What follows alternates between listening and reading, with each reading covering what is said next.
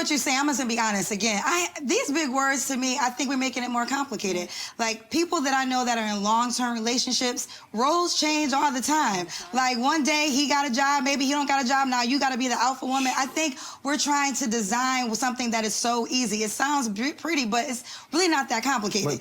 Like to your point though, it's not like it's not even making it complicated. Like it's misinformation. Like I'm looking at the definition, right? And the definition of an alpha male is totally different from what the definition of an alpha is in a group setting, right? So like an alpha male, like it literally says aggressive, hyper masculine, things like that, right? But when you look at an alpha, it talk about leadership. So like I do believe that you can be an alpha. Like I believe in generals, I believe in all that. But I think what makes me an alpha man is the fact that I can take the backseat sometimes. I feel like what makes me an alpha man is the fact that I can listen to my woman. I feel like because I'm so, when you talk about the alpha in the group settings, we can look at the definition, we talk about being able to be a leader. Being a leader is understanding that sometimes I don't know what's going on right now, and I can take a step back and let my woman lead. And I don't think that, I just feel like when you're confident in who you are, that makes you an alpha. Again, the alpha male together is something that we're starting to create. Because even when I looked at the definition, it says alpha male in Urban Dictionary. Yeah. But clearly it's not even a real thing. But real quick, not to go off tangent, you're making my point. Yeah, no. There's all these high-value men, alpha male. It's all bullshit. Like, it's just titles to just brainwash people who can't think for themselves to start falling in line saying, oh, this is what I am, this is how I should act, this is what I should want. People got to think for themselves, and just, like, it doesn't make any sense to me. I don't think it's that complicated. All right, transition. Another theory or a belief, and we're asking if these things have validity. There's a lot of men on that side that feel like there's an attack on masculinity. Now, do we believe that to have validity? I do. Yeah, absolutely. Sure. Explain. You got to tell me when you say so. Like everything, like they may feel that everything is now being termed as toxic masculinity.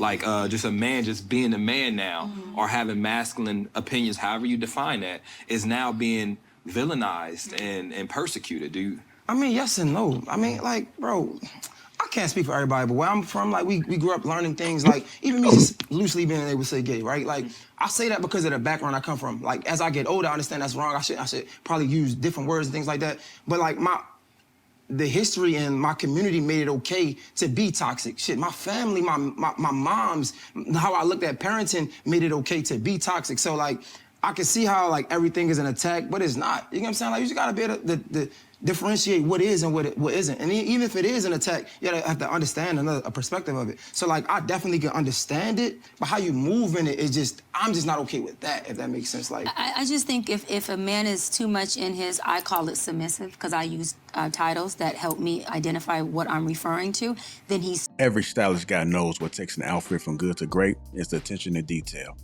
And nothing completes a look like the right belt. You know what ruins a great outfit fast? A worn out belt that doesn't fit right. Most guys are still rocking belts with stretched out holes that either pinch your waist or sag and throw off the whole look. That's why I'm excited to partner with today's sponsor, Anson Belt and Buckle. This family-run company has been around since 2009, and they've completely reimagined how belts should work. Instead of holes, Anson Belt uses a micro-adjustable track system with quarter-inch increments. That means you get the perfect fit every single time. And once you feel that kind of comfort and precision, you'll never want to wear a traditional belt again. The best part, you can mix and match every buckle with any strap. One box set gives you 9 different belt combos, so you'll get to maximize versatility with way less clutter in your closet. But this isn't just about style, it's about feeling more comfortable, more confident, and more put together every time you get dressed. Anson Belt moves with you, so whether you're sitting, standing, or on the go, you're always comfortable and always looking sharp. I've been wearing mine nonstop, and honestly, it's the best belt I've ever owned. Once you try it, you will see exactly what I mean. You won't go back. And here's why you can trust them. They're still proudly family-owned. They've earned over 40,000 5-star reviews, and every belt is backed by a lifetime guarantee on functionality. They stand behind every product they make, and once you try one, you'll understand why. And because Anson Belt and Buckle is sponsoring today's video, when you click the link in the description or scan this QR code to build a box set, you'll get 2 bonus pieces, a buckle and a strap completely free. That's 3 buckles and 3 straps, which you can mix and match into 9 unique belt combos all in one box. It's an exclusive deal you won't get anywhere else, so click the link Build your set and upgrade your belt games today. That makes sense. Like, I just think if a man is too much in his, I call it submissive, because I use titles that help me identify what I'm referring to, then he's soft. If a man is too in his alpha, then he's imbalanced and he's toxic. And I think that, unfortunately, there's not a space where a man can just be the man that he fucking wants to be without there having to be him being compartmentalized or put in a box or called a certain term because of the man he is authentically trying to become while he's in this self-discovery space. And I think it's okay to be in self-discovery and figure out, how do you operate, right? What is the alpha for you? Or to your point, is there no alpha? Are these words that you don't want to identify with? And then you come up with your narrative that best fits what works for you and what serves what you're trying to do. That's how I look at it. And I feel like when we are having conversations like this, to the red pill point and the sassy boy point, men do have to have this really keen awareness so that they ain't coming off or popping off as sassy. Or they're not asking, do you want to have, can you, whatever she said, do you need some lip gloss? And so I feel like with women, we're able to be more expressive in any tone and in any emotion we want to. And she's expressing herself. Or she has a voice, right? But when a man does it, it is, especially a black man, it is very much looked down upon. It is very much suppressed and oppressed, and it is very much putting you guys in, attempting to put y'all in this inferiority box, so that when you try to say, I'm superior and I am somebody, it just happened with the Sander family. They got a fucking problem with it. Now you're arrogant. Well, he can't just be confident. But then if you have no type of confidence, then what are you? You're inferior. And you're soft, and you have no leadership. So to me, it's challenging to say, I'm happy I'm not a man experiencing that, because that's very heavy. As a man, I would think, well, damn, okay, well, where the fuck do y'all want me to fall in between? Which one makes sense? Or to your point, you know what, I'm just gonna draw my own narrative, do what the fuck I do, and that's just what it's gonna be. that's what is. That's some men that's raised from in women-led households that allow that. It's just gonna be fact. Okay. That's not a minority. Right. That's right. I'm a man. I don't care about them gender roles. I tell people all this. I can be toxic. I can be overly masculine at times. I'm a man, and I'm not. Listen, I know how to regulate myself. I know how to talk to my wife. I've been with the same woman for 30 years. You know, I'm still on my first girlfriend. Just just put that out there. But here's the thing. Like, yes, I know, and that's something we learned. We learned to develop with each other. You see what I'm saying? I can be every term that they say a man could be, except for abuse. I don't put my hands on a woman. But at the end of the day, and I embrace those. I embrace it, but I know how to regulate it. I know how to control. I know how to have self-control. But like all the new terms, alpha male and alpha, man, that's stuff that they get from the animal kingdom, and that's the reason why they treat niggas the way they do. Y'all treat them like animals. Like I'm just a man. That's all. I'm a man. I don't need no adjectives.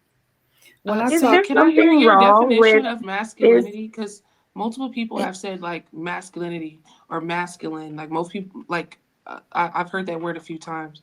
Like, do we have a common, like an agreed upon definition or description of what masculinity is? Well, I would say this. When I talk to a man that's 66 years old, they don't have no idea what we talking about when it comes down to alphas and stuff, because those are nasty.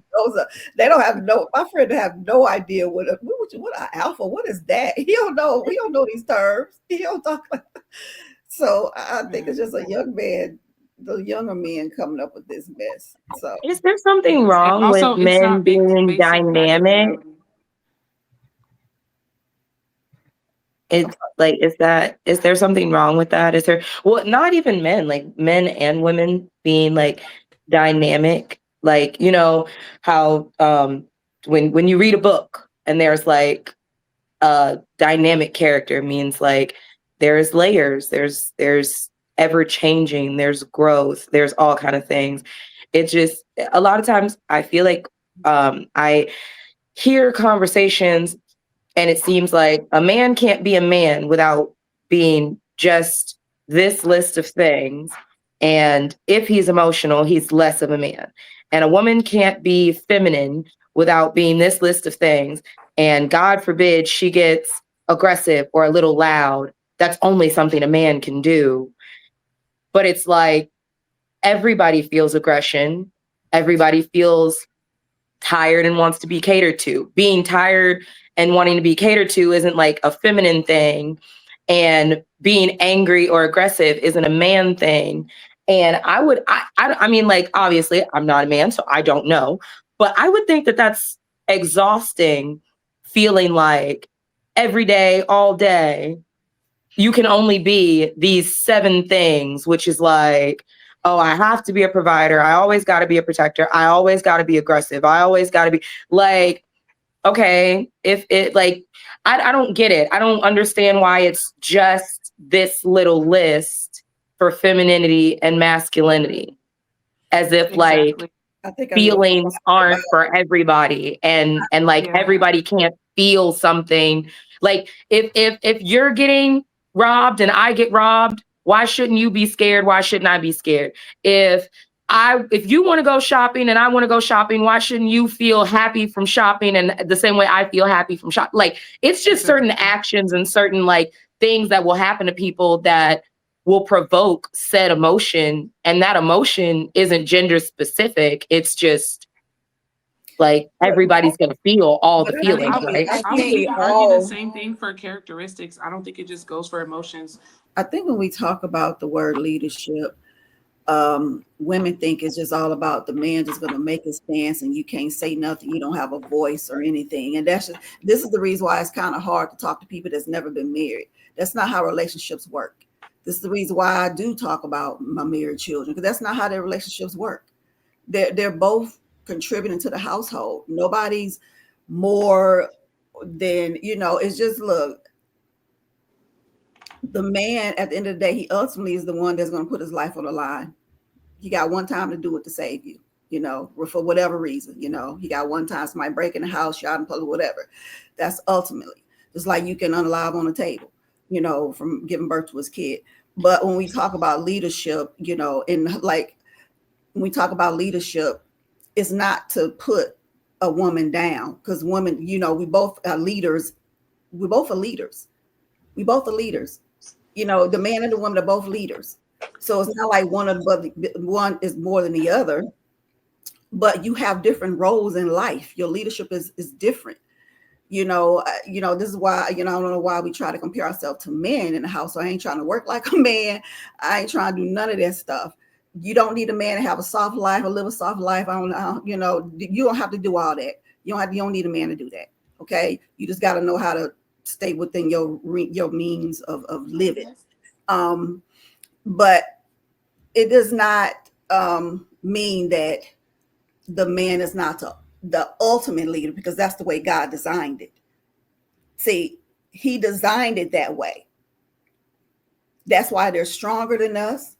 That's why most of the physical jobs that's handled by them, the bricklayers, all the hard working, the men I love, that's out there laying bricks. I love them men. Okay. Love me some. Okay.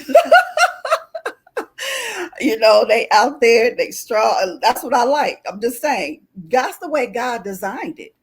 He didn't design you to try to compete with him in that way. It doesn't make you less than him at all. It makes y'all kind of walk beside each other.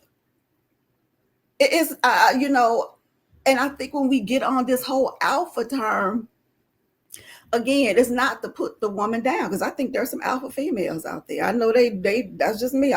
People always talk about, even men, like, if I have alpha personality as a woman, but but it's not to make you look like you're less. So if you're in a relationship, or marriage, it's a partnership. You guys it's a goal. It's a goal that the man set. That's why I say a man do need to bring the whole entire table. That's just what I believe in. I believe you need to bring the whole entire table. And a woman is the person that upkeep the table. The woman keeps up the house. She builds it. She helps build it. That's your role. It's not a lesser role at all. It's a beautiful, beautiful place to be. So, I wanted to say that to women, because I see too many of us, we stress ourselves out trying to compete with the man. and this is it unalives you. I just read about a lady, I don't know if it was her story, but of the newscast. She was 42 years old, had a heart attack at 42. You know, I think she was in Mississippi. She was a beautiful lady. And I'm like, wow, 42, I couldn't have messed having a heart attack. We are literally working ourselves into the grave at young ages because we so busy trying to all that working 2 or 3 jobs. I'm not doing it in my 50s. I done done it already. I done done it in my 20s, raising kids, working at the hair salon 15, 20 hours a day. You know, I'm done all that. I'm not doing that in my 50s.